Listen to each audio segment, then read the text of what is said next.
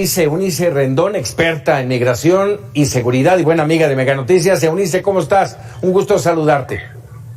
Hola Paco, ¿cómo estás? Buenas noches. Pues preocupado, déjame decirte, porque pareciera, y digo pareciera para que tú me digas que no es así, pareciera que la situación de la crisis migrante, tanto en Estados Unidos como en México, se salió de control. Efectivamente, tenemos un tema de concentración migrante en el norte, en el sur de México. Cada semana estamos viendo una nota nueva, ¿no? Con el tema de los flujos migratorios, de la contención y la concentración de uno u otro grupo de migrantes. Hoy, esta semana, ha sido la noticia el tema de los haitianos bajo el puente hacia Del Río, Texas. Y también, bueno, muchos de los haitianos que están entrando por el sur. La semana pasada fue el tema de también las caravanas que buscaban salir y fueron agredidas por algunos de agentes del Instituto Nacional de Migración. La semana antepasada el tema de todos aquellos del título 42 que nos están depositando también en las ciudades fronterizas. En fin, estamos viendo una crisis humanitaria importante que, si bien son números no masivos, ¿no? Es decir, estamos hablando en el caso de los haitianos de hasta cerca de 15,000 que llegaron a estar en el río, me parece que han ido disminuyendo, pero que pues significa una crisis importante. A ver, Eunice, ese punto que acabas de tocar es lo que llama la atención. Cerca de 16,000 haitianos en la frontera entre México y los Estados Unidos. No nos dimos cuenta en qué momento se reunieron, cómo llegaron, quién financia estos grupos, quién los organiza. Mira, creo que ahí hay varios puntos importantes a tratar, porque también lo ha mencionado el canciller, el propio titular del Instituto Nacional de Migración. Sí hay gente, definitivamente hay engaños de los traficantes, que más que no financian, pues lo financian los migrantes, que le pagan al traficante para lograr llegar a Estados Unidos. Y aquí hay varios elementos. No hay que olvidar que Estados Unidos hizo una apertura de inclusión en el programa de visas especiales o estatus migratorio especial de TPS, que son trabajadores temporales, que normalmente era para algunos países de Centroamérica. Hizo una apertura también para haitianos, y con este engaño, pero con ciertas características que ya estaban en Estados Unidos, etcétera. Pero, sin embargo, muchos de los traficantes empezaron a engañar a la gente que había salido de aquí, muchos de ellos desde 2010, después del terremoto, que vivían en Brasil o en Colombia, en Chile, en diferentes países ya de América del Sur.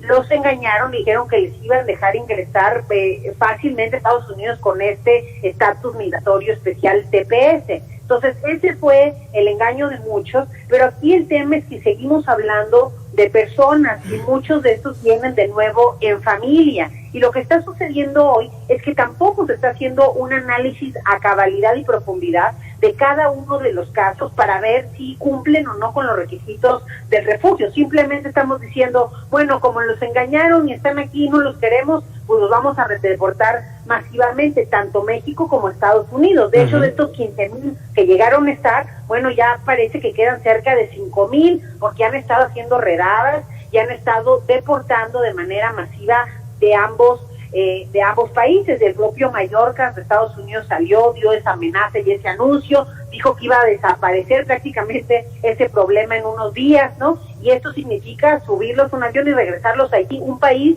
en el que muchos de ellos no han estado los últimos 10 años. Y un país que hoy también está en una situación caótica tras el asesinato del presidente Moisés, y tras también un terremoto muy reciente de más de 7.2 grados, creo que también pues devastó más aún el país, ¿no? De lo que ya venía siendo afectado. Entonces creo que es importante también ver ese detalle y analizar los casos, porque más allá de quién los convenció, y también cómo llegaron, tú preguntabas, Paco, además tenemos una Guardia Nacional, un despliegue importante en la frontera sur. Lo único que cambia, el que haya más seguridad y que el paso sea más difícil, son dos cosas: que los migrantes se vayan por caminos más difíciles en núcleos más pequeños, se dispersan para poder pasar estos filtros de seguridad. Y la segunda cosa que cambia aquí importante es que grupos de más peligrosos se meten en el negocio del tráfico de migrantes, porque se vuelve un negocio más jugoso. Entre más difícil sea o más amenazas haya de que no van a poder ingresar, más caro les pueden cobrar, Y esto, como ya lo hemos hablado en otras ocasiones, a veces se convierte incluso en trata. Tienen que pagar una parte y cuando llegan a Estados Unidos seguir pagándoles a estos traficantes. Sin duda, no podemos dejar de mencionar el tema humanitario. Eso no lo podemos soslayar, pero ¿qué estamos haciendo mal? En Estados Unidos, un muro metálico de automóviles para evitar el paso del lado de México, encapsular a los haitianos. ¿A dónde nos va a llevar esto? Ya hablamos y fue lo primero que te pregunté, está fuera de control. ¿A dónde nos va a llevar?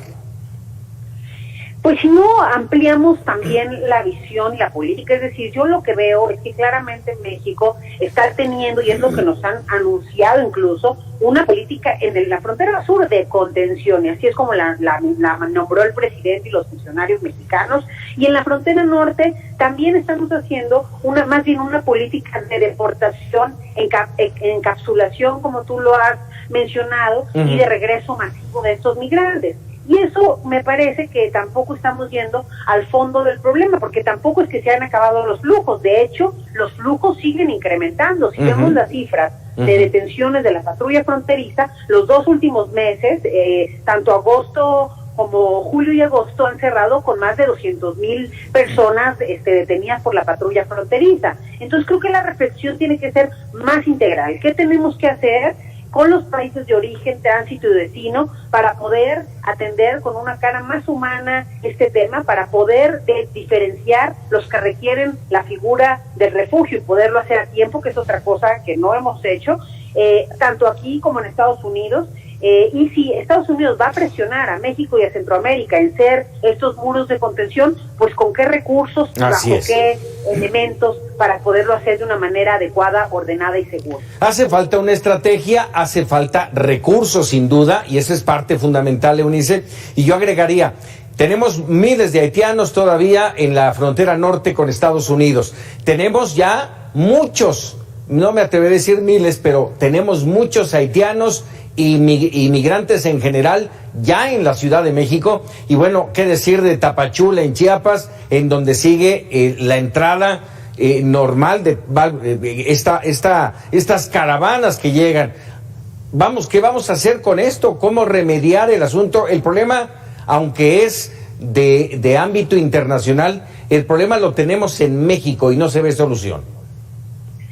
Pues efectivamente creo que sí tendríamos que empezar a tener estas mesas de diálogo con estos. A mí me sorprende, por ejemplo, que el sábado pasado tuvimos una oportunidad importante al tener aquí a 17 mandatarios de la región en una cumbre que además se supone es para justo tratar los problemas que como región compartimos, y que el tema migratorio no haya estado en la agenda, por ejemplo. Era, creo, uno de los momentos importantes para ver qué vamos a hacer de manera colaborativa, por un lado con Centroamérica, y por otro lado también en la reunión que estuvo el canciller y la secretaria de Economía también hace un par de semanas en Estados Unidos, de nuevo cuando se les preguntaba si hablaron o no del tema migratorio, pareciera, no, pues solo le dimos una carta que mandó el presidente, pero no es un tema que estamos discutiendo para resolver. Eunice, a nadie le importa el problema, no lo tienen. México sí lo tiene y no tiene cómo resolverlo o no quiere resolverlo.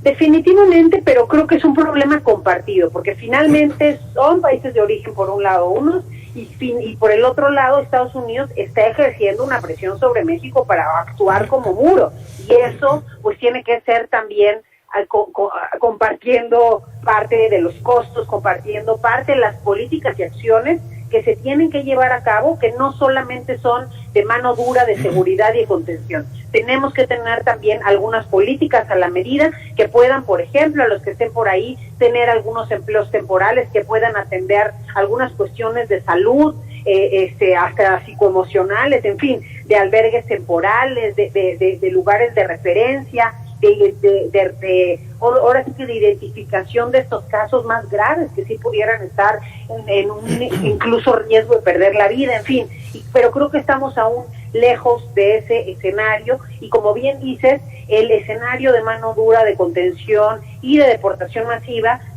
finalmente no es una solución de largo plazo. Vamos a seguir viendo diferentes tipos de grupos. México tiene más de 99 nacionalidades que están pidiendo el refugio, hondureños son los que encabezan la lista, y los últimos 2 meses también los haitianos, con casi más de cerca de 4,000 personas cada uno de los 2 últimos meses.